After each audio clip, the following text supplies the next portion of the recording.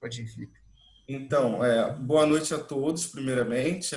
Nós vamos dar início à nossa oitava conferência da 21ª edição da Semana dos Alunos de Pós-Graduação em Filosofia, mais conhecida como SAF PUC-Rio. Agora eu vou colocar aqui no chat as edições que já tiveram e as próximas, né? Nós, a próxima vai ser a Ogária Matos, no dia 22, no dia 20. E também tem o link do Facebook e do Instagram. As pessoas que quiserem fazer perguntas, elas podem escrever pergunta no chat ou dizerem assim, me inscrevo para perguntar. E aí, ao final, a gente vai abrir o microfone para que essas pessoas possam perguntar. Nós também pedimos também que mantenham os microfones desligados, só o palestrante vai poder falar, né, no momento. E o que mais? Agora, tudo certo, né? Então, eu queria agradecer imensamente ao professor Anderson Flor, do Nascimento. Professor Anderson é graduado, especialista e mestre em filosofia e doutor em bioética pela Universidade de Brasília. É professor de filosofia e bioética nessa mesma universidade onde se formou e pesquisa as filosofias africanas e se interessa fundamentalmente pelos processos de subjetivação, utilizando em suas investigações, além do aporte das filosofias africanas, os aportes Foucaultianos, psicanalíticos, feministas e das teorias de gênero e relações raciais, nos horizontes da ética e da filosofia política. O professor Anderson ele tem um site, né, chamado Filosofia Africana, e ele acabou de publicar também um livro pela NEF Edições, da UERJ. E esse livro se chama Apostas e Heranças, Contornos Africanos e Afro-Brasileiros na Educação e no Ensino de Filosofia no Brasil. Foi publicado hoje, agora às 6 da tarde, ou 6 da noite, e está disponível para download. Vou colocar aqui no chat, mas passo a palavra já para o professor Anderson poder iniciar. Bom, boa noite a cada uma e a cada um. Primeiro, agradecer a organização do SAF da SAF, né, pelo convite, né, em especial o Felipe, que foi quem entrou em contato comigo. Né. Dizer que estou hiper feliz em voltar a interagir com os estudantes e professores aí da PUC. Foi uma experiência que eu tive aí no ano passado, foi uma experiência muito interessante e agradeço imensamente o convite. A proposta, né, de conversar com vocês sobre necropolítica e necroeconomia, né, surge da minha pesquisa recente, né, em filosofia política especificamente, né, e lidando ainda com esse cenário das filosofias africanas, né, pensando que o contexto de emergência da categoria da necropolítica surge exatamente, né, de um pensador camaronês, portanto, um filósofo africano, um filósofo e historiador africano, que desenvolve essa categoria. Né? E então, é bastante relacionado ao conjunto das minhas pesquisas, né?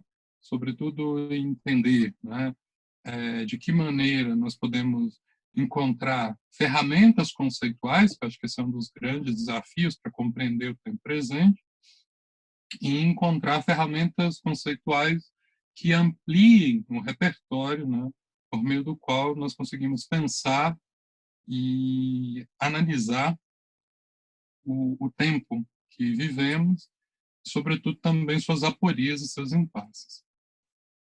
Então, a ideia de hoje é tentar fazer dialogar, né, a discussão que faz o Achille Mbembe, né, com o seu conceito de necropolítica, né, de um lado, e de outro, um pensador estadunidense chamado Warren Montag, né, que discute, a partir do Mbembe, e também de suas releituras, né, de Marx, Hegel e Adam Smith, né, o que ele chamou de uma necroeconomia.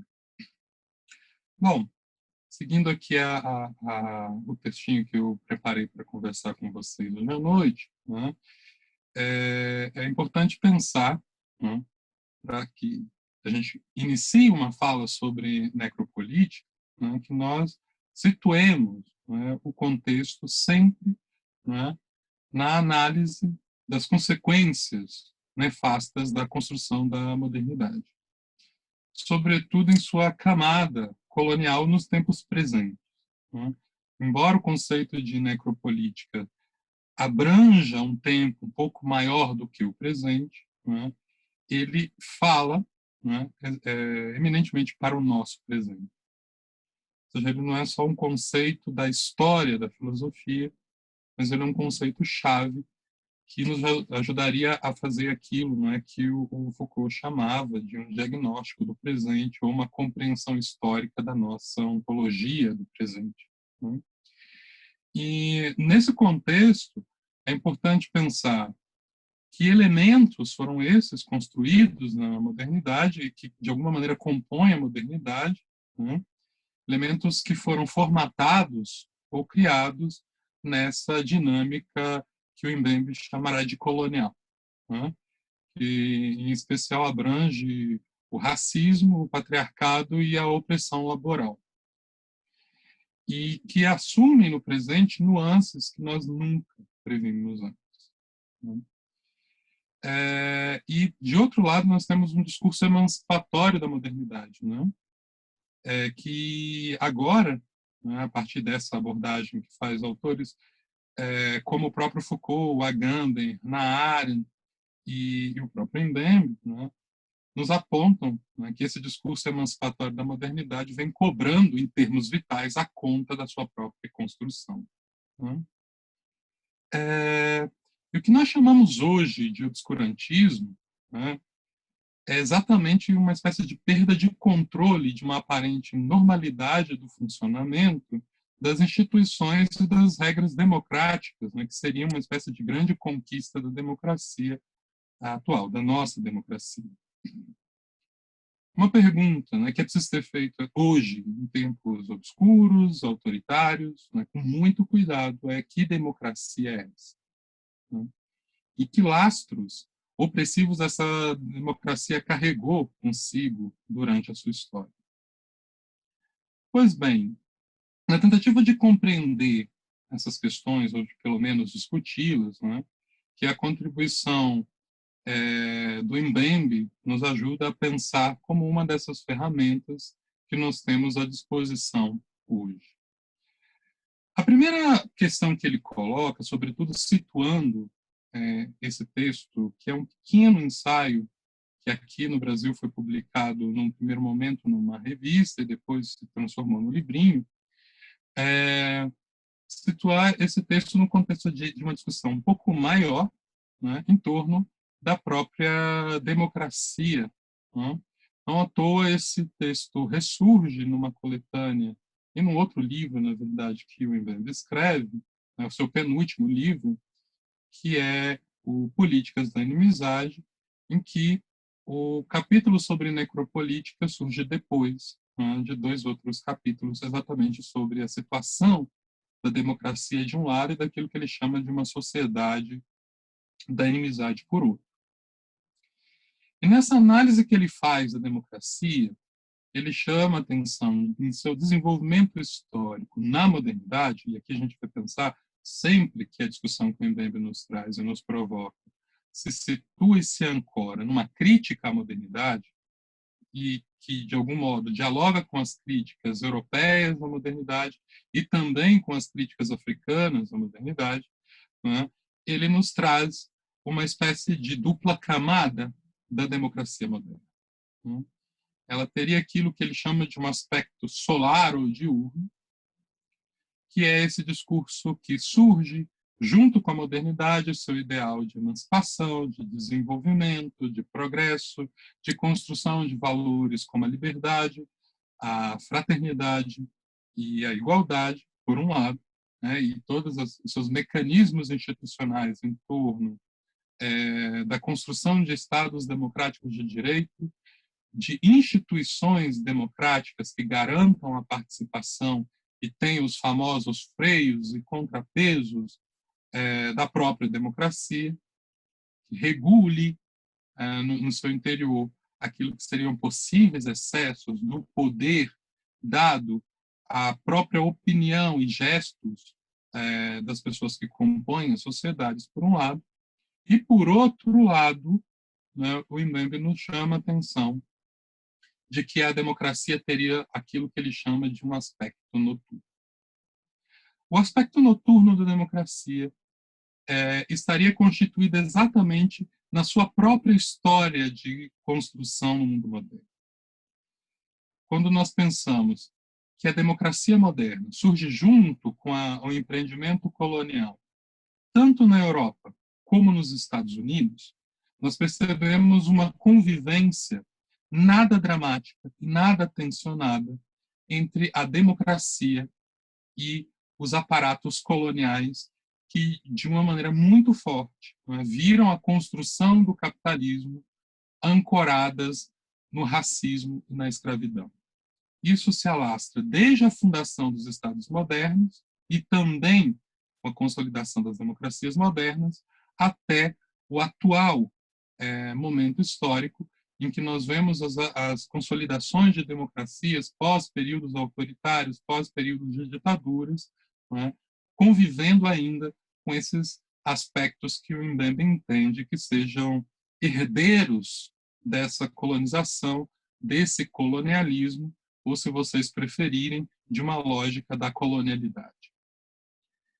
E esse aspecto noturno, né, fez com que a democracia convivesse de uma maneira bastante acolhedora com a própria escravidão, por exemplo.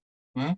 Quando nós pensamos na construção da Constituição dos Estados Unidos, né, por exemplo, ela é construída exatamente, né, na emergência de uma nova imagem de nação, uma nova imagem de Estado que convivia com a própria escravidão e com toda a hierarquia que o processo escravocrata imprimia na sociedade estadunidense do século XVII e do século XVIII. Né? E isso, de uma maneira muito forte, né, é escamoteado ou recoberto, e muitas vezes nós temos a impressão de que isso é uma espécie de falha ou uma espécie de erro de execução do projeto moderno. O projeto moderno, o projeto democrático, de alguma maneira, deveria servir para se contrapor exatamente a esses aspectos autoritários e violentos que se instauravam, né, em processos como a escravidão e o empreendimento colonial. Né? O que o Mbembe vai chamar a atenção é de que a persistência desses fenômenos na convivência com o desenvolvimento democrático, né, do mundo moderno, se vincula exatamente com o fato de que essas camadas coloniais não são acidentais, elas são partes constitutivas do mundo moderno e, portanto, da própria democracia moderna. Isso toma aspectos cada vez mais intensos quando nós observamos a construção das democracias liberais e, sobretudo, não é, naquilo que o Foucault vai chamar de democracias neoliberais. Quando nós olhamos nos seus ensaios sobre, na verdade, seus cursos sobre o nascimento da biopolítica. Né? Então, essa é uma camada da análise que faz o Mbembe para localizar o conceito de necropolítica no contexto da crítica da modernidade, de um lado, e de outro, né, ele traz a noção de uma sociedade da inimizade, em que o tecido social é completamente instaurado na demonização da figura do outro, em que a alteridade é sempre um mal, né, com o qual nós temos que nos haver a cada passo do negócio democrático. Né? E essa sociedade da inimizade, que ele, de alguma maneira, tenta diagnosticar, que surge exatamente aos fins, né, dos processos revolucionários que tentaram de algum modo, consolidar os Estados democráticos de direito de um lado e o projeto democrático de outro, né? De algum modo, se internalizam, seja na figura do Estado, seja na figura dos processos de subjetivação, em que as próprias pessoas, né, acabam fazendo funcionar essa figura do inimigo, não só o inimigo internacional, não só o inimigo de uma guerra, mas o inimigo no cotidiano, como sendo aquela figura, né, que instaura um campo de conflito que não pode ser resolvido senão com a anulação ou com o extermínio do outro. Né? E ele chama a atenção que essa sociedade da inimizade, assim como a democracia moderna, né, trazem consigo esse germen colonial que estruturou o mundo moderno. E esse germen colonial é movido pela máquina do racismo na interpretação dele. E, por isso, ele, de algum modo, pensa que a necropolítica, não é uma categoria que, nesta sociedade de inimizade, que, de algum modo, assentou a figura do outro como inimigo, não é útil para compreender os modos como as relações sociais e as relações políticas se organizam no contexto da construção dos Estados democráticos, e não fora dos Estados democráticos, e não como exceções dos Estados democráticos. Né? E a isso ele, de algum modo, também percebe como uma expansão da própria lógica colonial, né, que funcionaria no registro daquilo que ele chamou, em uma obra anterior, que é a Crítica da Razão Negra, né, de um devir negro do mundo, em que essa categoria do negro, como essa figura que a modernidade criou como sinônimo do escravo, como essa figura desumanizada e subalternizada pela própria lógica colonial, né, e pela lógica escravocrata, né, comece a agir não apenas sobre aquelas figuras que inicialmente eram seus objetos de subordinação. O devir negro do mundo faz com que, de algum modo, toda a figura que ocupe na cena política o lugar do desumanizado, do subalternizado do ponto de vista político, experimente aquilo que a história colonial projetou para as pessoas que foram racializadas como não brancas. Né? E é aqui que a noção de necropolítica vai fazer sentido, portanto, na análise do Achille Mbembe. Ele começa essa análise, né, tentando nos apontar a limitação da análise biopolítica no contexto da pós-colônia. Ou seja, ele parte da interpretação Foucaultiana e dos desdobramentos da análise Foucaultiana no pensamento de George Agamben, né, para tentar imaginar como essas categorias poderiam servir, né, para a compreensão do mundo que experimentou na construção da modernidade o lugar de colônia, né, a partir da experiência da saída dessas mesmas regiões do planeta da condição de colônia. É isso que ele está chamando exatamente de uma pós-colônia, como essa experiência política e econômica, né, em que nações do mundo já não funcionam mais política e economicamente na condição de uma colônia subordinada a uma certa metrópole do mundo europeu. Mas isso, longe de ter resolvido os problemas políticos e econômicos, só instaura um outro estado de coisas político e econômico. Né? E aí que ele chama a atenção de que, no contexto da pós-colônia, né, há uma espécie de alvo da gestão política das populações, né, lembrando daquilo que o Foucault fez na última parte do seu trabalho, em tentar compreender quais são os alvos do poder. Né? A experiência da loucura, a experiência do encarceramento dos corpos, e em algum momento ele está interessado em pensar como é que as populações se transformam, não é, em alvo do exercício do poder. E, na experiência da pós-colônia, né, o Mbembe chama a atenção de que há uma espécie de política fundada na morte, em que ela está preocupada, de um lado, em gerir a distribuição da morte, e a gente vai tentar ver como é que isso se diferencia da biopolítica, de um lado, mas, por outro, também de um horizonte ontológico, em que a morte ocupa um lugar privilegiado nas relações políticas. Isso estabelece para nós não é uma distinção bastante interessante naquilo que é a análise arendtiana da política. Né? Vocês devem se recordar que Arendt chama a atenção de que o reino do político, né, ao contrário da metafísica, né, seria o reino em que os seres humanos agem, né, criando a política exatamente em função do seu caráter de natalidade, ou seja, que eles elas nascem no mundo e nascem para viver. Né? Ao fato de que, ao passo que a metafísica teria a ver, a partir da própria interpretação que Platão faz no Fédon, né, com uma espécie de exercício da morte, né, de uma antecipação, de uma preparação, de um aprendizado para a morte.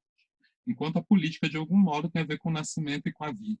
Então, nós teríamos uma espécie de política da vida em contraposição a uma metafísica mortal. Ao passo, né, que o Mbembe enxerga na constituição do reino do político, do domínio do político na experiência colonial, né, é exatamente uma política em que a morte é o horizonte de interpretação e de gestão da própria população. Né?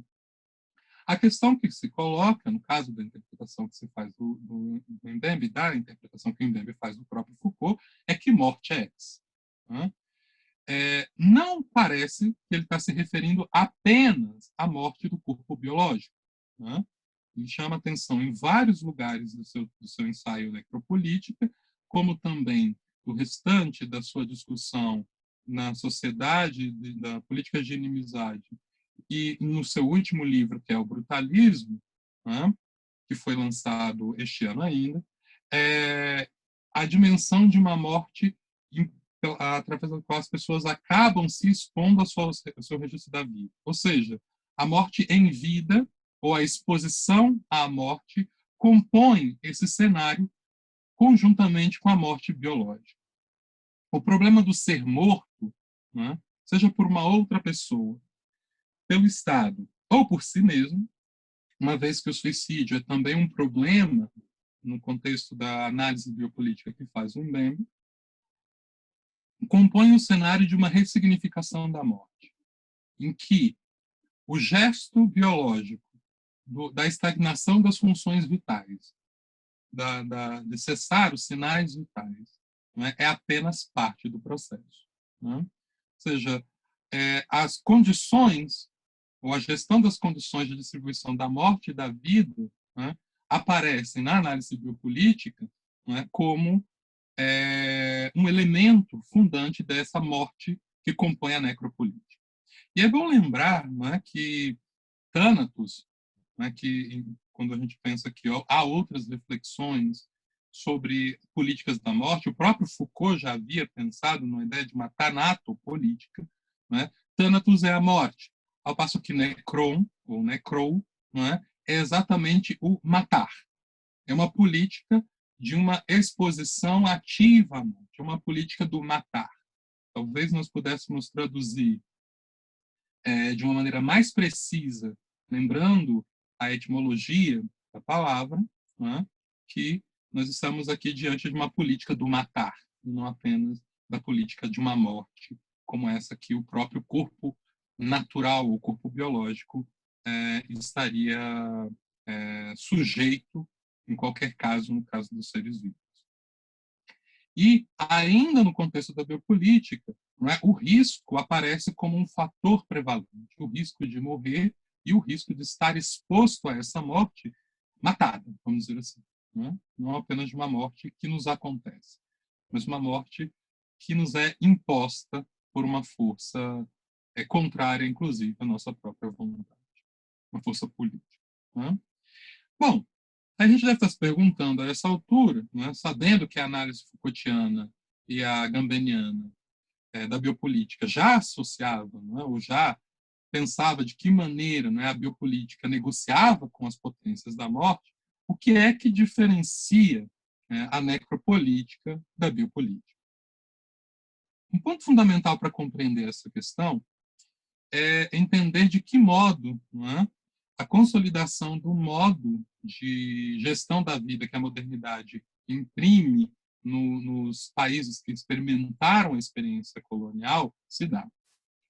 A criação de modos de vida que não são regidos pela lei, não apenas por um estado de exceção, como pensaria o Agamben, ou a Arendt, ou uma série de autores, né, Smith também, uma série de autores, Schmidt, né, desculpem, na interpretação daquilo que seria o estado de exceção, né, mas por uma expurgação de uma parte da população do mundo do humano. Né. A desumanização da necropolítica, né, não autoriza que alguns sujeitos sequer entrem na estrutura intramundana do humano, na qual a lei funciona e pode ser suspensa. Né. O colonizado sequer flerta com o campo humano da normatividade. Sequer pode ser um homo sacer. Não é uma vida nua, porque não tem uma humanidade em seu horizonte, não tem a possibilidade de se transferir, né, utilizando a terminologia agambeniana, não é, da bios, da zoe para bios. Né? Reduzido a um cálculo de produtividade, essa quase vida está sempre a serviço do funcionamento do lado noturno da democracia. E sua perda não só não é lamentada, como ela é esperada em algum momento. E a gente vai ver como é que isso se relaciona com o que o Warren chamou de uma necroeconomia. E o que marca na interpretação do Mbembe esse elemento, não é a raça. A gente pode pensar que lá atrás o próprio Foucault começa essa discussão pensando que é a guerra das raças que assenta, não é, a construção dos estados, de algum modo, enunciando o surgimento de um deslocamento da noção de soberania, de um poder soberano para o biopoder. Né? Só que a raça, né, aqui é entendido, ora como um classificador biológico, estaria muito mais próximo dessa análise feita pelo Foucault, e ora como um projeto político. E embora saibamos que a classificação da biológica por raça é inconsistente do ponto de vista científico, talvez tenha sido uma das teorias científicas de alcance global que menos durou, não podemos dizer o mesmo da sua dimensão política. Esse caráter político da raça, né, na interpretação do Mbembe, é um projeto de desumanização. E a marca de abjeção do negro, que talvez tenha se transformado no grande símbolo da raça, né, que operava sobre os povos originários, tanto do continente africano como do continente americano, e eventualmente também sobre os aborígenes da Austrália e de outros lugares do mundo, pense na Índia, por exemplo, né, começa, de algum modo, subrepticiamente a se desdobrar sobre outras figuras que podem também ser desumanizadas. E aqui a análise que fez o Aimé Césaire, que é retomada pelo Mbembe, nos ajuda a compreender isso melhor. Ele chama atenção, o Césaire chama atenção, que aquilo que transformou o Holocausto em algo tão assombroso para o espectro democrático e desenvolvido para a Europa é exatamente o fato, né, de que a desumanização e a administração política da morte passasse a acontecer em solo europeu, né? O que faria com que autores como o Agamben pensassem que o campo de concentração e a experiência nazista fossem os grandes laboratórios biopolíticos. Né? O que o Mbembe vai chamar a atenção na esteira do Césaire é de que a colônia e a experiência da plantation e da escravidão, né, funcionaram muito antes com todas essas potências destrutivas, uma gestão da morte, nessa experiência que ensinou os processos democráticos a serem, de algum modo, não sensíveis a esse caráter destrutivo. Ou seja, as sensibilidades, né, que aterrorizaram, né, com a experiência do Holocausto, né, se mobilizam muito pouco, né, em perceber o que aconteceu na experiência racista da escravidão colonial.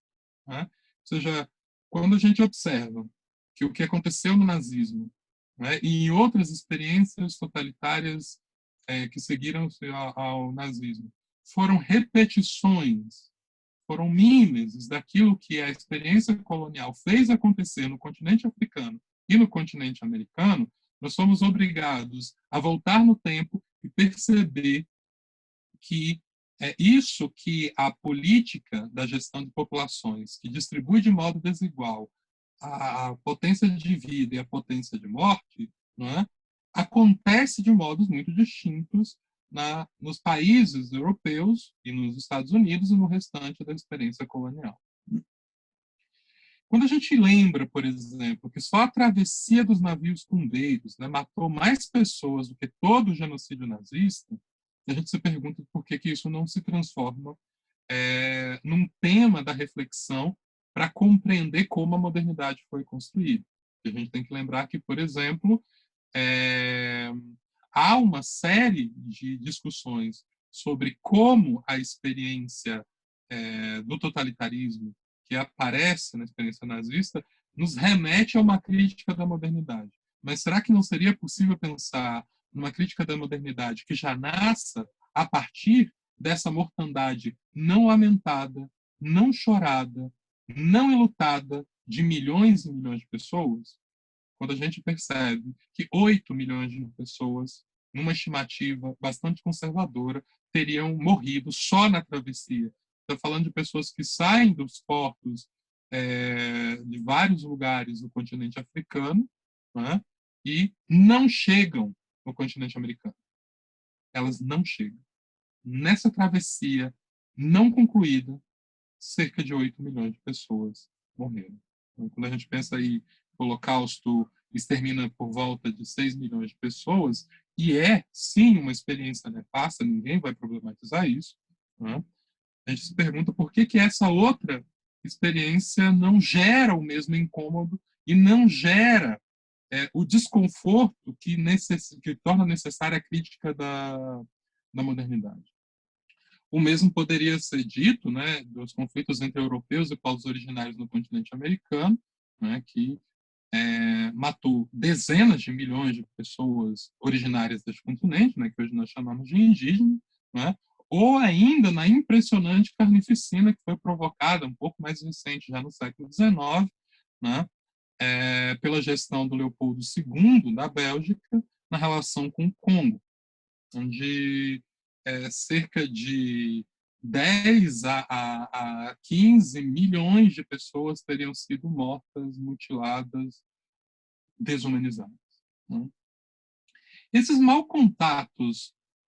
contatos coloniais ensinaram uma gramática do poder, segundo o Mbembe, né, que definiria as relações entre vida e morte, né, que hoje se experimenta no Velho Mundo, na Europa, e de algum modo nas suas projeções nos Estados Unidos. Né?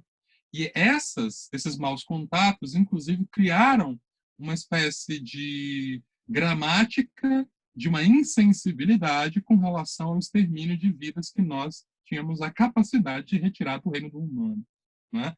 E não apenas transferindo essa discussão do âmbito da bios para a zoé, numa desumanização, uma vez que, se a gente lembra, né, da discussão que faz o Agamben, a bios é esse modo de vida, essa interpretação de vida que liga, né, humanos, animais e os deuses, né, mas numa desvitalização, inclusive, em que essas pessoas são entendidas não só como não humanas, mas, num primeiro momento, como mercadoria, como metal, como moeda. Elas são coisificadas. Elas são retiradas do mundo da agência autorregulada. Quando o Mbembe nos chama a atenção que aquilo que ele chama de um devir negro do mundo, né, começa com os projetos genocidas na Europa, né, que reproduzem a mesma estratégia política de desumanizar povos que foi implantado, desenvolvido e sofisticado nas experiências da colônia, ele está nos lembrando que essa gramática, né, que de algum modo funcionou aqui, se expande.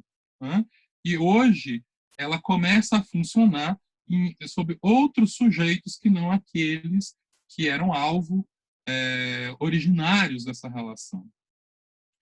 Aí a relação colonial, organizada pelo signo da raça, né, passa a ser a mais potente metáfora da administração necropolítica, que atinge as regiões marginalizadas do planeta, né, e que ameaçam de marginalização qualquer região onde a administração das vidas se interesse em desumanizar.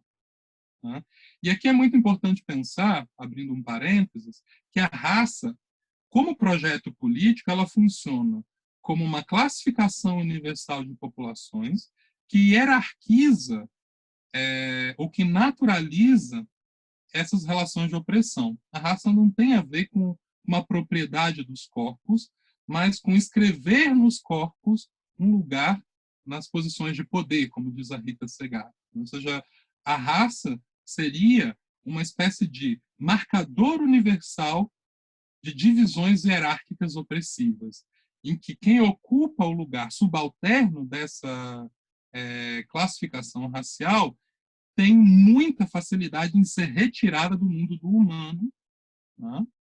E tem uma agência política totalmente desligada dos interesses, né, desses povos que foram racializados na dimensão subalterna da relação racial. E nesse processo, a crueldade se naturaliza distribuindo de modos desiguais as oportunidades de viver e as desventuras de morrer.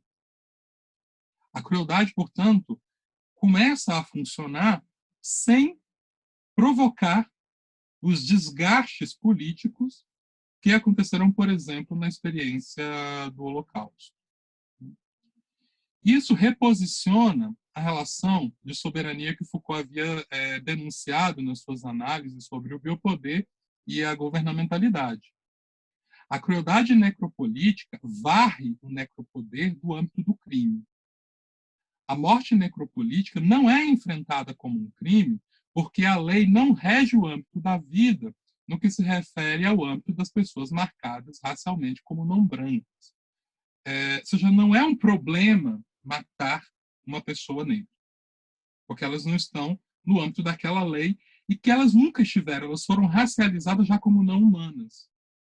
Quando a gente pensa, por exemplo, o debate de Valladolid, que ao pensar se o Estado espanhol teria o direito de fazer a guerra contra as populações indígenas, sobretudo no México, com a finalidade da evangelização, a conclusão do debate é de que não se poderia fazer a guerra para evangelizar os indígenas, mas que eles teriam uma alma infantil que precisaria ser tutelada. Já das pessoas africanas, restou a dúvida de sua própria humanidade. E essa dúvida sobre a humanidade de pessoas africanas garantiu, pensando que essa é uma discussão que acontece no século XVI, em Valladolid, na Espanha, garantiu a possibilidade de que a escravidão e a guerra para a escravização pudesse ser feita sem nenhum tipo de contenda com a própria estrutura do Estado, que estava procurando garantir vidas humanas, proteger a dignidade humana, que era um conceito que começaria a surgir exatamente nessa época dos começos da modernidade. E é aqui que a economia entra em jogo, na forma dessa necroeconomia.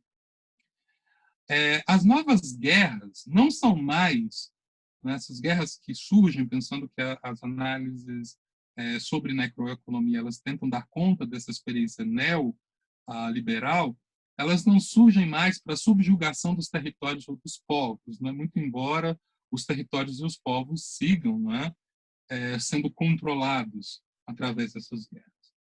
Mas pelos domínios dessas populações, de modo a favorecer as relações econômicas, pelo enfraquecimento de outras populações.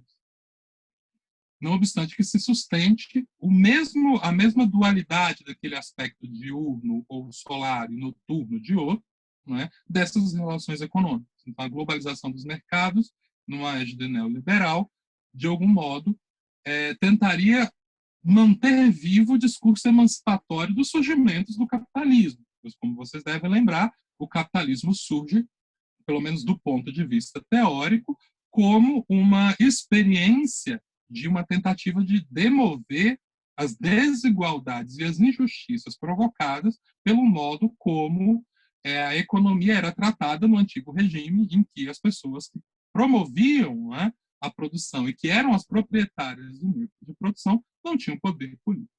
Né? Ou seja, o antigo regime dava para a nobreza, que não trabalhava, exatamente um poder sobre o restante da população, né, que nem era entendido como população ainda, mas dava um poder e retirava de quem trabalhava, de quem possuía os meios de produção, né, o poder. E o capitalismo surgiria para tentar reverter essa injustiça, de algum modo. Ou seja, teoricamente, o capitalismo surge como uma teoria econômica emancipatória. E por que que isso não deu certo? Porque ela caminhou com seu lado noturno, né, que tem a ver exatamente com isso que a gente está chamando aqui de uma necroeconomia, a partir do Warren. Né? E então, essa distribuição que enfraquece populações para fortalecer outras, né, aconteceria com uma ruptura do monopólio da violência pelo Estado, né, que seria, de algum modo, garantido ou estabelecido pelo contrato social. A violência não poderia estar na mão de outros elementos, né, que não fosse o Estado, a polícia, o exército, etc. Né? Só que, segundo o Warren, né, Montag, né, seguindo as pegadas do Foucault, da Arendt, do Agamben e do próprio Mbembe, essa ruptura estaria vinculada a um contexto no qual, na modernidade, a vida que habitaria o oikos, o pré-político, né, substitui a vida política na polis, né, proporcionando que se substituísse a zoé pela bios, não é? Na verdade, substituísse, não é? A bios pela zoé no reino do político. Ou, ao menos, fazendo com que se promovesse uma entrada da zoé, essa vida nua, essa vida que é externa à política, não é? No âmbito do político. Ela estaria vinculada com a animalização, com a desumanização do ser humano. E, nesse contexto, a morte nos é introduzida no mercado, como um ponto possível de equilíbrio das relações de forças que o mesmo mercado estabelece. Em tempos neoliberais, em que o exército de reserva, né, e que eu vou contar que a gente, de algum modo, opere com essas categorias marxistas, né, que o exército de reserva tem o potencial de se tornar um exército de excedentes. Né? E a morte passa a ser uma peça-chave para a economia que, em contextos históricos, se alicerçava na vida também. Né? Não só a política, como pensava Arendt, era alicerçada na vida, mas a economia também. Pois somente os vivos consomem e sobrevivem, de algum modo, economicamente. A carência, a fome e a mortalidade circulam no mercado global junto com a moeda, né? Quem sabe sendo parte do seu próprio lastro. A escassez se torna um dos elementos que definem a relação entre a vida e a morte. E a gente pode pensar na experiência agora, né, com o que está acontecendo no caso do coronavírus, né, em que a discussão sobre a escassez provocada pela crise nos mercados em função da pandemia faz com que a gente faça operar uma espécie de oposição que é estranha entre economia e vida. O que a gente deve tentar salvar, como se por esse registro clássico, tradicional, pudesse ser possível pensar uma economia longe da vida. O que o Warren diria é que, sim, é possível pensar a economia longe da vida e que essa é uma escolha normalmente tomada em termos necropolíticos, necroeconômicos. E temos uma espécie de criação, nesse contexto de forças econômicas, em que a harmonia produtora da vida é paradoxalmente criada e mantida pelo poder da morte. Né? O Warren nos diz que o mercado reduz e raciona a vida. Aqui uma citação dele. Né? Ele não apenas permite a morte, ele exige que a morte seja permitida pelo poder soberano, tanto quanto por aqueles que ele vitimiza. Aqui eu termino a citação. Né? Ou seja, esse poder soberano que os estados promovem nessa relação com o Estado, com a economia, numa quebra, inclusive, dos monopólios de violência, autorizando que instituições como o tráfico, a milícia funcionem não só numa circulação de esquemas de violência, mas também gestão da economia, não é? Possa matar e deva em alguma medida. E, por outro lado, não é? O medo que o ódio e a indignação potencialmente provocado pela pobreza que se espraia em torno dos mercados neoliberais, né, suscita mais violência. Só que essa violência é agora provocada não por alguém que precisamos negociar por uma necessidade de serem potenciais consumidores. Né? Essa multidão é consideravelmente descartável. Né?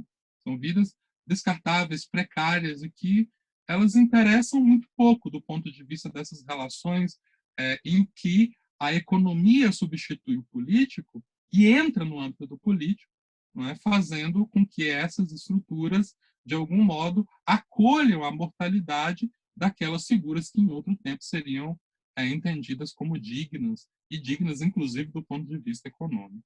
Não é? E, nesse contexto, nós temos também uma necroeconomia, que também é organizada pela mesma lógica colonial racista. Por quê?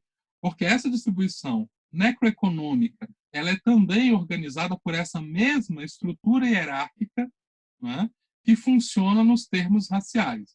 Só que hoje, o termo racial não se refere apenas às populações negras e indígenas, ou não brancas de um modo geral. Ela funciona, essa é uma metáfora que o próprio Mbembe utiliza, como uma espécie de mola que a gente vai fazendo, esticando e vai recobrindo cada vez mais sujeitos, né? Os pobres, os imigrantes, os trabalhadores precarizados, enfim, todas essas figuras que ocupam lugar que antes o negro e o indígena, os outros não brancos, ocupavam, né? E essa mola vai recobrindo cada vez mais sujeitos.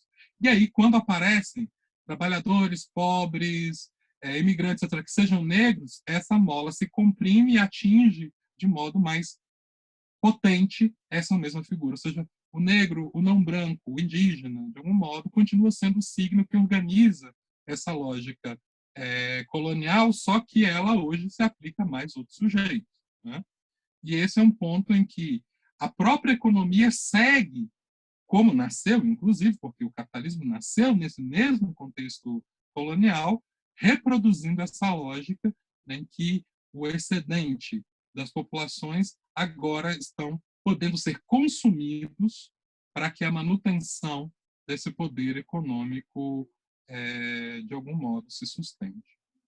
Bom, para tentar me encaminhar para o final, acho que é importante que a gente consiga entender o que a gente pode fazer com essas ferramentas, do ponto de vista de tentar entender como que nós podemos lidar com esses tempos obscuros, em que discursos sobre a economia, discursos sobre a política, né, cada vez nos colocam em armadilhas teóricas mais intensas. Né? Como eu chamava a atenção no início, que nos faltam ferramentas repertórios teóricos para compreender o que acontece. Eu não acho, efetivamente, que nós conseguiremos compreender todo esse complexo experiencial que nós passamos agora só acionando a noção de necropolítica ou de necroeconomia. Mas penso que a gente não pode abrir mão mais dessas categorias. E nós também não podemos utilizá-las deslocadas do contexto em que a noção de raça, o próprio racismo, funciona. Eu tenho muita dificuldade, por exemplo, em entender usos da noção de necropolítica, né, afastados da discussão sobre o racismo. Inclusive porque o racismo aqui funciona como uma lógica estruturante do mundo social moderno. Né? E aí a gente precisa, como saídas, entender um diagnóstico do presente que passa pela compreensão do racismo, que impacta não apenas a moralidade, mas também a política e a economia. E a gente ainda hoje tende a recusar o racismo muito mais em termos morais, né? Embora ele tenha outras projeções para além da própria moralidade. Então, eu acho que esse é um ponto fundamental. O outro, nessa compreensão de como essas ferramentas podem ser úteis, é tentar entender como é que o racismo funciona na sua dimensão denegativa, como diria a Lélia Gonzalez. Ou seja, ele funciona exatamente negando a sua própria existência. A gente diz, o problema que nós enfrentamos hoje, por exemplo, com a pandemia, embora a gente já sabe que no Brasil, embora nós temos um vírus biológico aí atuando sobre os corpos, efetivamente a maior quantidade de pessoas que tenham morrido, vocês podem ver isso efetivamente nas pesquisas que foram feitas pela Universidade Federal de Pelotas, mas também pela Fiocruz e por outras instituições que têm feito o mapeamento com a tentativa de compreender o quesito raça-cor no fenômeno da morte pela pandemia, nós temos uma quantidade maior e muito maior, desproporcionalmente maior, de pessoas negras que morrem, né? Não obstante que ela seja pouco mais que a metade da população. Né? Nós temos aqui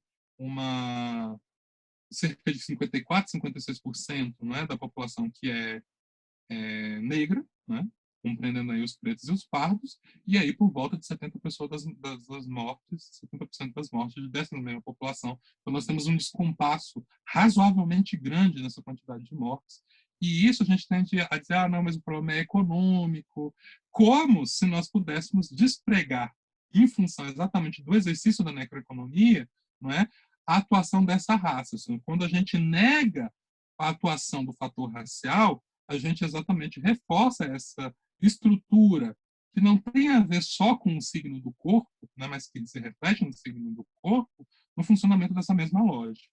Portanto, o racismo funcionaria aqui exatamente ocultando a sua matriz de atuação. Né? Isso que a Lélia Gonzalez chama de racismo por denegação. Acho que esse é um segundo desafio que é interessante para que a gente possa utilizar essas ferramentas, tanto da necropolítica como da necroeconomia, num contexto de compreensão desse obscurantismo que nós vivemos hoje e dos seus riscos políticos. Né?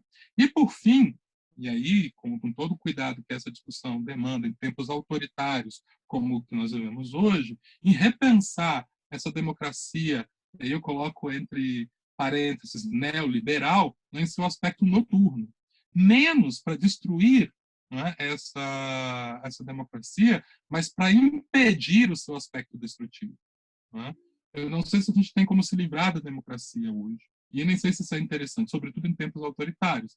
Mas uma coisa muito importante é que nós possamos, de maneira absolutamente honesta do ponto de vista intelectual, não é, revisitar essa estrutura política que nós temos e entendemos como sendo a melhor entre todos os males possíveis, né, males políticos, né, para tentar entender quais são esses seus aspectos noturnos, né, para que a gente possa entender como que o racismo opera nela, como é que a democracia pôde conviver e convive ainda hoje de uma maneira formal, imaterial, com o racismo e com outras formas de opressão que foram educadas e foram desenvolvidas com a mesma gramática de funcionamento do racismo, como é o caso do patriarcado e da opressão liberal.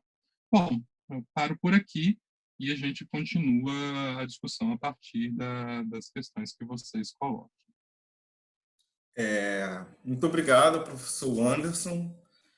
Então, agora a gente vai passar para as perguntas, né? Acho que a gente tem, no máximo, até meia hora para destinar às perguntas. E Fabiola ficou responsável por organizar isso. Boa noite.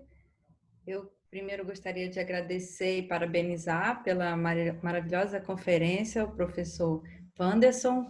Sou profunda admiradora do seu trabalho, acompanho, suas traduções são incríveis, eu agradeço de coração. E, enfim, vamos passar a palavra para o Mauro, primeiro inscrito. Por favor, Mauro, pode perguntar. Também queria, Fabiola, parabenizar o professor Anderson, foi uma bela palestra, né? Ainda mais sobre um tema que hoje está aí tão mal compreendido, como ele mesmo colocou, né? Fora de um certo contexto do que o próprio Aquiles Mbembe estabeleceu, né? Ligado à questão racial, né? Está sendo banalizada a palavra necropolítica, então trazer a sua contribuição com um balizamento teórico preciso, como o senhor fez, foi muito importante para nós. Eu queria trazer a pergunta, eu estou terminando de ler um livro da Wendy Brown, né, que é o Nas Ruínas do Neoliberalismo, né, e a Wendy Brown trabalha para tentar entender a questão da ascensão das novas direitas, né, no mundo, né, independente da questão, já antes mesmo da questão da pandemia, ela trabalha essa questão da necroeconomia também. E em determinado momento, quando ela está falando da política, ela coloca dois duplos que são importantes a gente pensar e que, de certa forma, passam despercebidos pela ciência política clássica, né? O duplo do liberalismo com o totalitarismo e da democracia com o autoritarismo, né? E tudo isso para tentar chegar a um resultado de que hoje a nova direita se estabelece através de uma política econômica neoliberal e que passa necessariamente por um viés autoritário, né? Trazendo para a nossa realidade brasileira, né? Próximo da realidade americana que ela está trabalhando.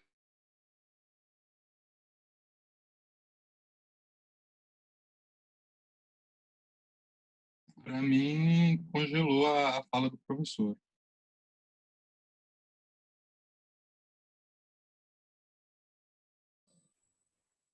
O Mauro realmente caiu, né?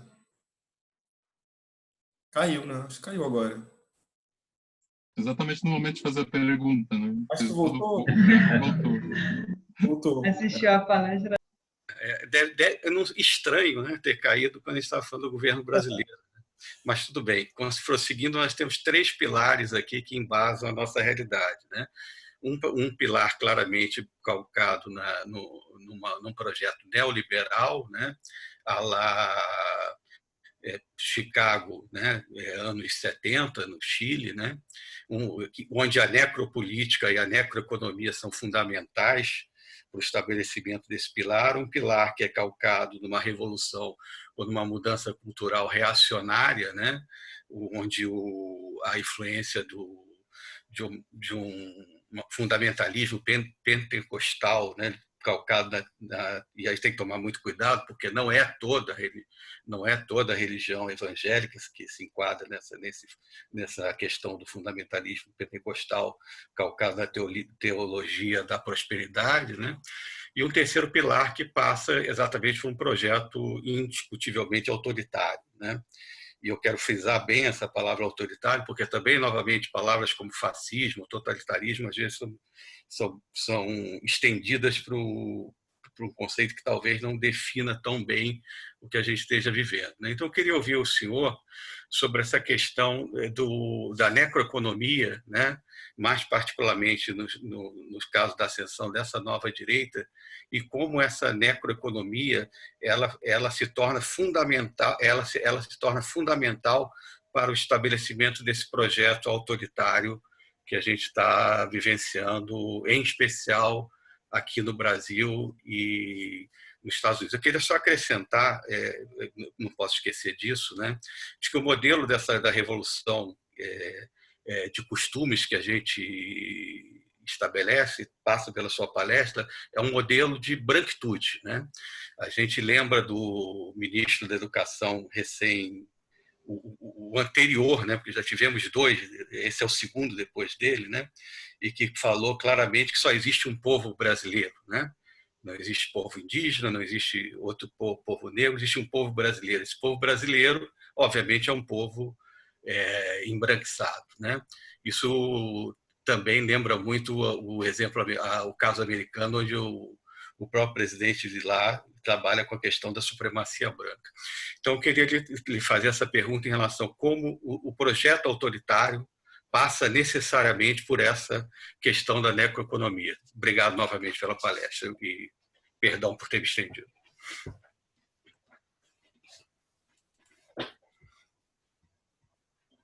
Eu imagino que a gente possa fazer em bloco, né? Como nós não temos tanto tempo, temos outras questões, e de repente a gente faz relações entre as perguntas, né?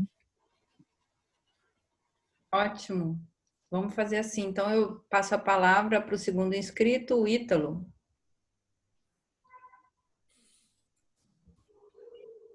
Ok. Queria agradecer o professor Anderson também pela fala. Ano passado eu quis fazer um mini curso, mas não tive oportunidade aqui na PUC. Estava sem tempo, mas consegui ouvir hoje. Muito obrigado.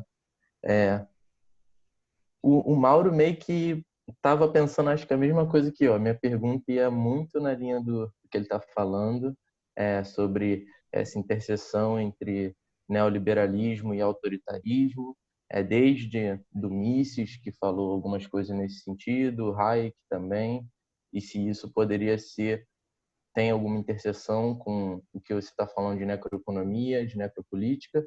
E eu queria acrescentar, só pedir para você falar um pouco, te ouvir um pouco sobre essa questão de guerras culturais, que vem se falando um pouco, né, em uma contrarresposta conservadora ao que seria uma terceira onda do feminismo, alguma coisa nesse sentido, se você gosta desse termo de guerras culturais, se não. E acho que essa era a minha ideia. Obrigado. Obrigada, Ítalo. Eu vou passar a palavra para o Felipe. Então, né, queria fazer uma pergunta, assim, na verdade são duas. A primeira é assim, né, estamos falando hoje de necropolítica, necroeconomia, pensando o matar e a gestão econômica, né, de uma certa administração na política. Só que a minha pergunta é que, assim, será que o próprio conceito de democracia, por mais que ele seja valorizado como o modelo político mais interessante, né? Ninguém está querendo um totalitarismo, uma monarquia, etc. Mas mesmo essa democracia pensada assim, tendo os moldes gregos, né? Ela não era totalmente aberta, totalmente inclusiva, né? Então ali já tinha um certo cálculo, ali já tinha uma certa exclusão. E será que a necropolítica ou a necroeconomia ela não seria uma reatualização da exclusão da própria democracia, do próprio modo como ela se organiza? E a segunda pergunta é sobre a polêmica do Achille Mbembe ter feito uma certa comparação quer dizer, do Holocausto na Europa com outras tragédias, né? Outras formas de extermínio, né? De genocídio, tendo tanto a Palestina e também outra coisa que foi o apartheid na África do Sul.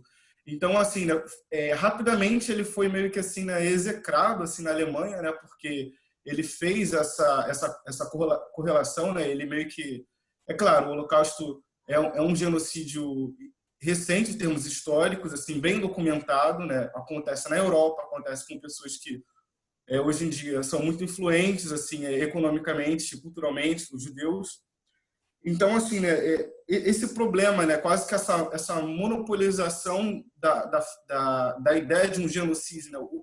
O Holocausto como o genocídio por excelência e o único, incomparável, claro, incomparável, todos são, mas esse problema, né, de apontar também que acontece, né, outros tipos de genocídio. É só isso mesmo. Muito obrigado. Obrigada, Felipe, pela pergunta. Então, eu passo a palavra para o professor Wanderson.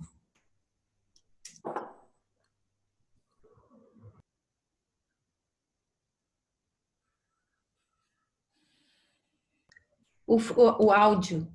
O professor tem que liberar o áudio. Perdão, desculpem. Eu esqueci que eu tinha tirado o áudio. Agradeço ao professor Mauro, ao Felipe e ao Ítalo pelas questões.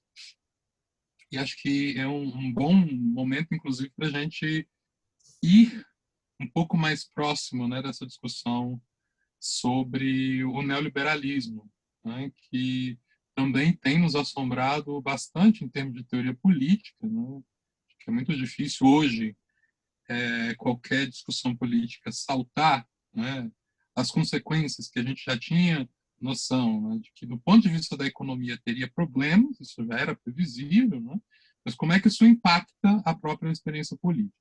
A primeira coisa é tentar lembrar como é que esse jogo da substituição ou da entrada, não é, do oikos na cena política se deu na modernidade.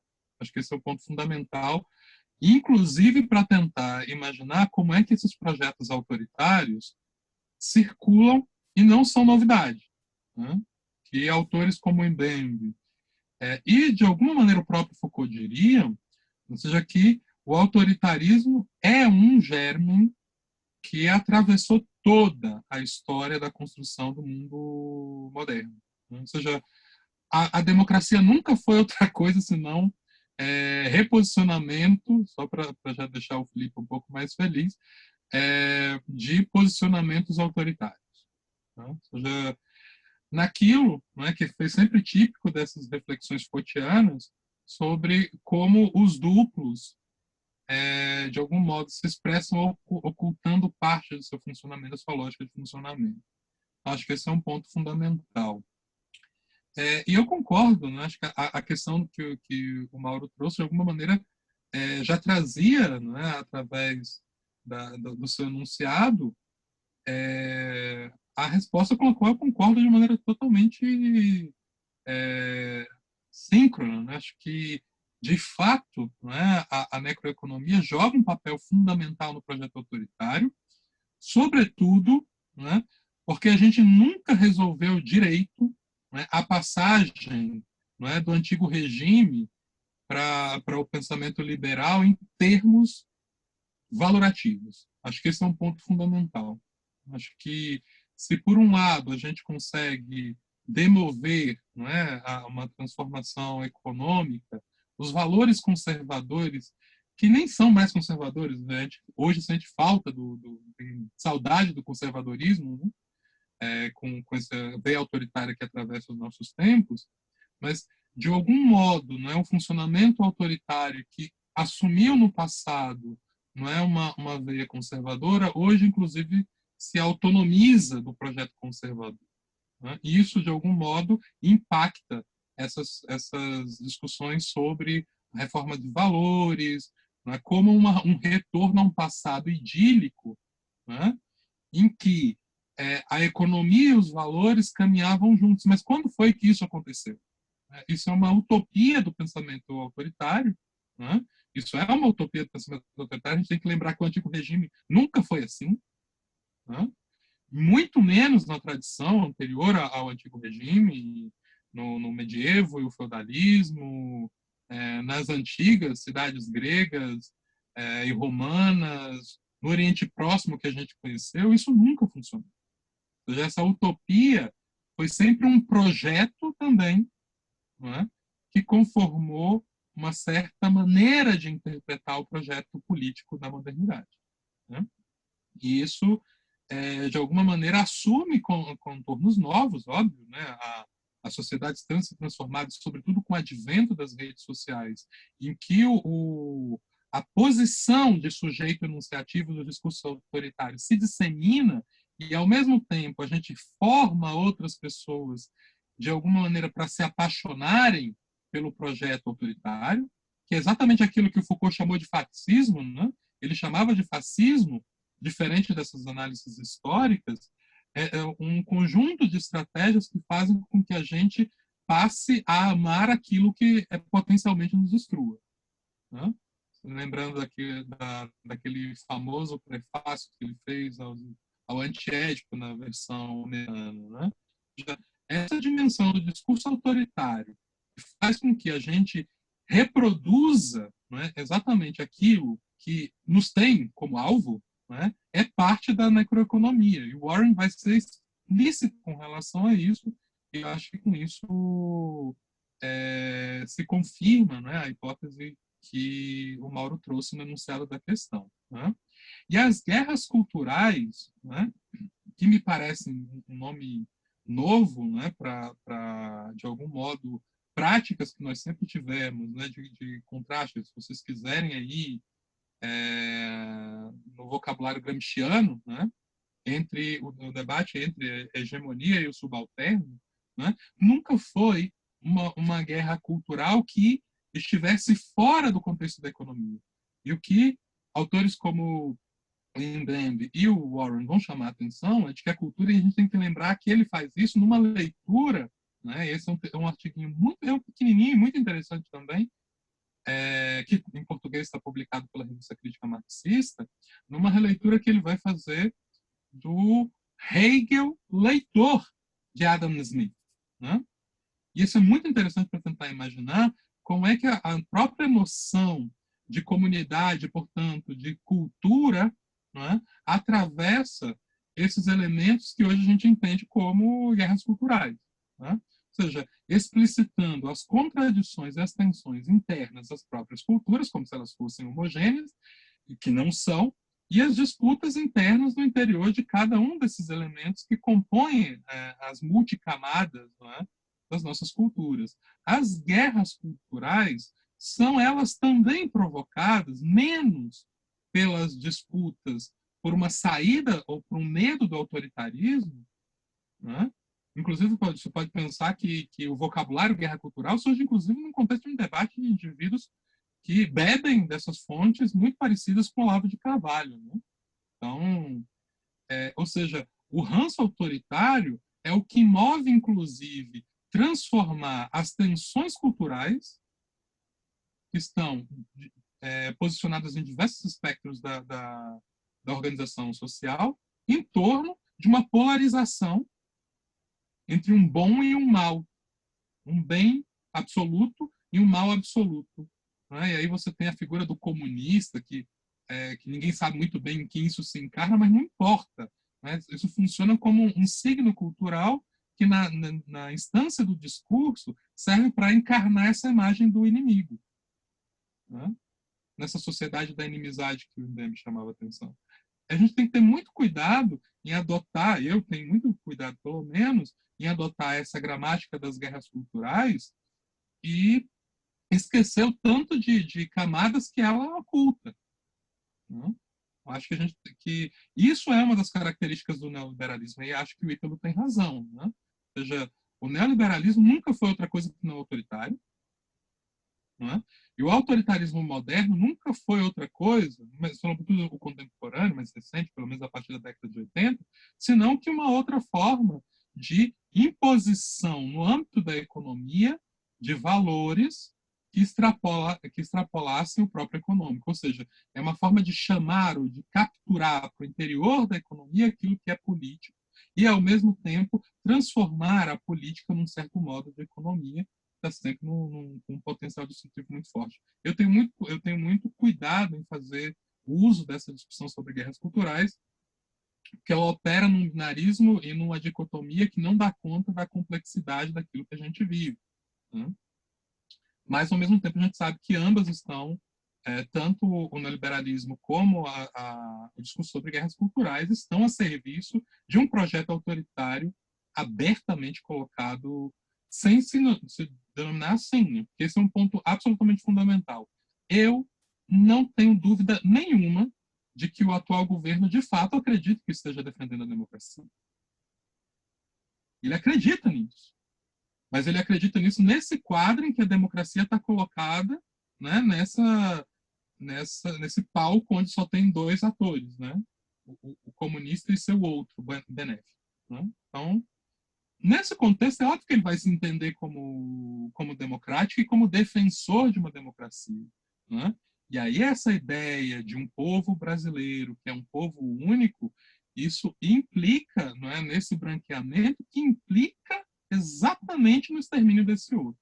Eu acho que é algo que a gente precisa pensar, né? Esse outro que historicamente ocupou esse lugar do não branco, hoje é a mulher, hoje é o imigrante, hoje é o pobre, né? O morador de rua, né? Então, quem é essa figura do outro, né? São figuras que encarnam aquilo que no passado apenas os não brancos ocupavam, que hoje mais gente, além dos não brancos, ocupam também, né? Acho que esse é um ponto que vale a pena pensar nessa análise que se pode fazer dessas relações internas entre o neoliberalismo, democracia e autoritarismo. Felipe, essa discussão sobre a necroeconomia como parte da democracia, né, é a conclusão a que o Warren chega lendo o Hegel. Né? Ele acha, né, que a defesa dessa comunidade, que é fundamental, né, para a construção do sujeito concreto no pensamento hegeliano, seria exatamente movida por essa necessidade de que a morte funcionasse no horizonte de limite da construção dessa comunidade. Então, o Hegel olharia, não é, para o pensamento do Smith dizendo: está todo mundo aqui a favor da democracia, mas sabe que a democracia não exclui a exclusão. Já a exclusão não é um problema para a democracia. Né? Num pensamento dialético hegeliano, isso não é tão dramático. O problema é isso na política do Brasil, né? E de outros países. Né? Que Hegel vai ter o regulador da história, né, como uma baliza para dizer até onde nós podemos ir com o processo de tentativa de extermínio dessa alteridade. Né? Ou seja, a sombra da consciência infeliz é sempre um regulador daquilo que pode ser chamado como um contrapeso das capacidades de exclusão. Mas, como o autoritarismo não consegue imaginar, né, e muito menos a democracia consegue imaginar, as nossas democracias liberais e neoliberais não conseguem imaginar qual é a potência de refreio do autoritarismo no contexto de uma consciência infeliz, isso é um perigo muito forte. Né? Mas você tem razão, né? A democracia ela é constituída por essa necroeconomia, e essa é a conclusão que o Montag vai chegar, né? E que a gente precisa ter muito cuidado em como que a gente defende isso hoje. Esse aqui é o grande perigo, né? Porque a gente está com um discurso potencialmente coaptável, né, por um pensamento autoritário. Ah, tá vendo quem é que ataca a democracia? São essas pessoas aí que estão tentando pensar a alteridade, são essas pessoas que estão tentando pensar a inclusão do outro, essa galera que está tentando demover a mitologia branca, percebe? Ou seja, a gente está numa armadilha histórica colocada pelo autoritarismo que é impressionante. A própria crítica aos elementos mais agressivos do tecido social hoje, do tecido político, né, é entendido como antipolítico, como se houvesse apenas uma posição política correta, um discurso político correto, nessa guerra em que todo inimigo está na iminência de ser eliminado. Então, não sei muito bem como é que a gente lida com isso. Isso é uma tensão, mas eu acho que é necessário, né? Eu acho que esse é um dos papéis da filosofia e até as últimas consequências com o pensamento. Né? O que o tecido social vai fazer com isso, desde o ponto de vista de uma relação entre o pensamento e a experiência, isso é uma decisão da sociedade. Mas eu acho que a gente não pode se esconder atrás do medo da cooptação de um discurso potencialmente emancipatório por uma dinâmica autoritária qualquer para não fazer a crítica. Né? Mas é sempre preciso ter cuidado, imaginando o que acontece se uma fala como a tua, né, é recortada na tua pergunta. Pensa, na tua pergunta é retirada e colocada no YouTube desse na vida. Qual é a consequência que você tem 2 dias depois, né? Um ambiente de ódio como a gente vive. Pensa sobre isso. Né?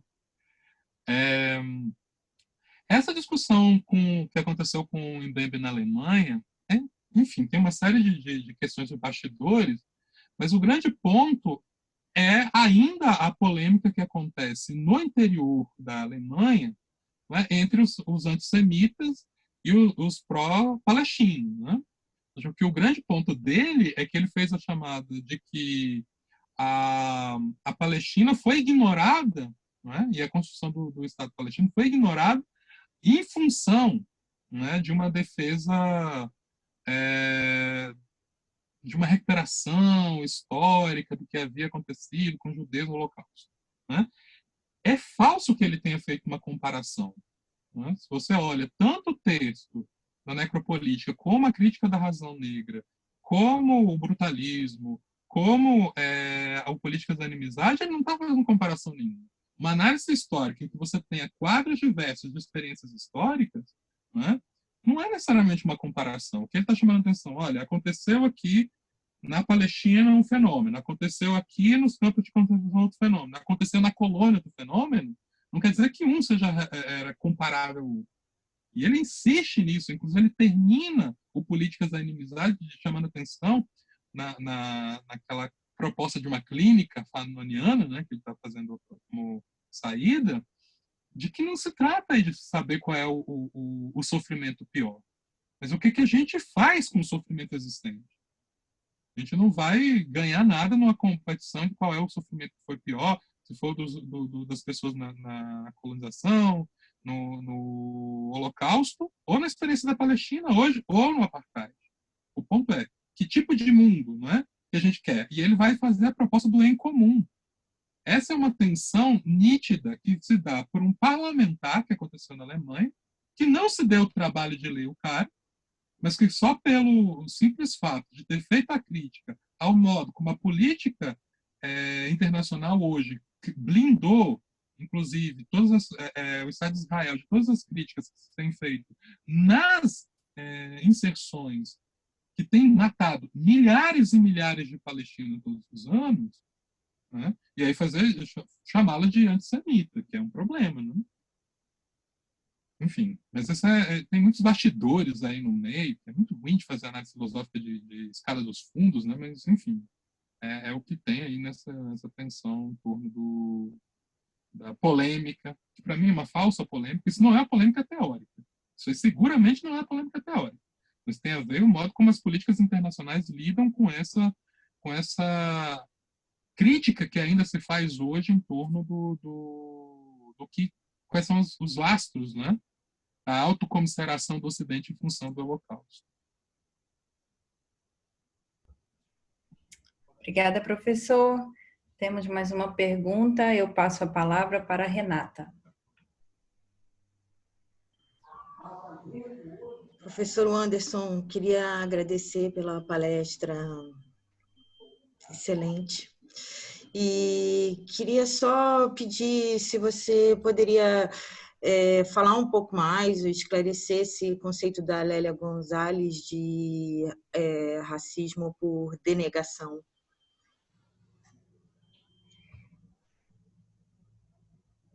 Obrigada, Renata. Passo a palavra para o professor Wanderson. Agradeço, Renata, pela questão. A Lélia veio fazendo um longo trabalho, né, de uma discussão desde a psicanálise, né, para tentar entender como que nós internalizamos as estruturas patriarcais e racistas na cultura brasileira.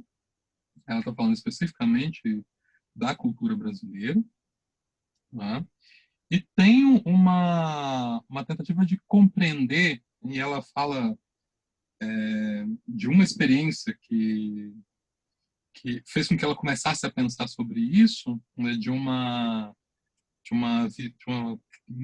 conjunto de crianças que estavam no bairro em que ela vai morar, e que as crianças falavam, ela vem a negra do cabelo vermelho, e era um OX com ela. Você tem um cabelo vermelho, você tem um cabelo vermelho, você tem um cabelo vermelho, você é uma preta de cabelo vermelho, e começou a gerar uma certa angústia nela, e ela vai, um dia de saco cheio, a mãe dessas crianças, né, que moram no mesmo bairro, diz a ela, mas vem cá, o que está rolando aqui? Por que eles não me respeitam? Né? Isso não está certo, isso é racismo. E a mãe dá 20 passos para trás e diz, não, isso não é porque a senhora é negra. Isso é porque a senhora usa o cabelo vermelho. Né? E aí ela chamou a atenção, mas vem cá, por que aquela mesma vizinha que mora ali 3 casas na frente, que a gente se vê todos os dias, conversa, etc., né? De algum modo também tem os cabelos vermelhos, mas eles nunca vão lá perturbá-la. Ou seja, a ideia do racismo por denegação é negar a existência dele, você nega a existência do racismo, né? Não para resolver o problema, né? Você não como se você estivesse querendo botar o lixo por debaixo do tapete para fazer o lixo desaparecer. No caso específico do racismo por denegação, o que a Lélia vai chamar a atenção é de que ele serve para fortalecer o discurso da democracia racial, né? Ou seja, você nega a existência do racismo para fazê-lo funcionar, por um lado, e exatamente essa negação do racismo é a sua potência, porque ele está livre para funcionar. Porque se ele aparece, né, isso é um mecanismo da psicanálise, né? Ou seja, você denega uma experiência traumática não para que ela desapareça, mas para que ela continue provocando sintomas a partir de uma operação inconsciente. Isso é uma categoria psicanalítica. Então, ela vai chamar a atenção que o racismo funciona exatamente aqui. A gente nega a existência do racismo, não para que ele, sei lá, é tipo uma mentira. Você nega a existência da mentira e some com suas consequências. No caso específico do racismo, você nega a sua existência não para que o racismo suma, mas para que ele continue funcionando de uma maneira eficaz exatamente ao se esconder. Ou seja, a categoria do racismo por denegação nos mostra que uma das forças de funcionamento e de eficácia do racismo enquanto lógica estruturante da sociedade brasileira é exatamente o fato de que você nega a sua existência. Então, quando você tem no evento, teve o evento que aconteceu algumas semanas atrás, em que o policial pisa no pescoço da comerciante negra e quebra a perna dela, esse policial vai a uma entrevista e diz que ali não tinha nenhum gesto de racismo, né? Que ele estava usando exatamente a força necessária para conter aquela situação. Não importa que ela estivesse no chão, que ela estivesse mobilizada, que ela estivesse já com a perna quebrada, né? E ele continuava insistindo que ali não tinha um gesto racista, porque ele estava operando para conter uma situação usando o uso ideal da força. Ou seja, você nega a experiência do racismo para que isso se reproduza. E, curiosamente, outra coisa que a gente tem que lembrar do conceito psicanalítico de denegação é o efeito de reprodução, né? Até pouco tempo atrás, a gente via policial dando tiro, batendo de cacetete, etc. Depois da espetacularização do evento que aconteceu, um fatídico exemplo que aconteceu com George Floyd nos Estados Unidos, a gente vem vendo as multiplicações, né, de eventos de policiais sufocando com o joelho outras pessoas negras. Coisa que a gente não via no país. E a gente tem essas coisas filmadas aos montes.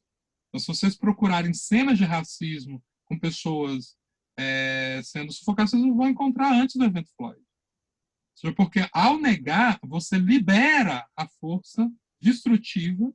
Ao negar, você libera a força destrutiva de uma experiência recalcada. Né? É esse sentido que a Lélia dá à noção de racismo por denegação.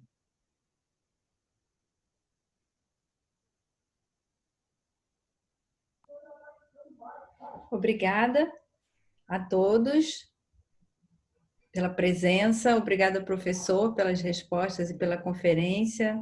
Se não tiver mais alguém querendo fazer uma pergunta, eu vou passar a palavra para o Felipe, então encerrar a nossa noite.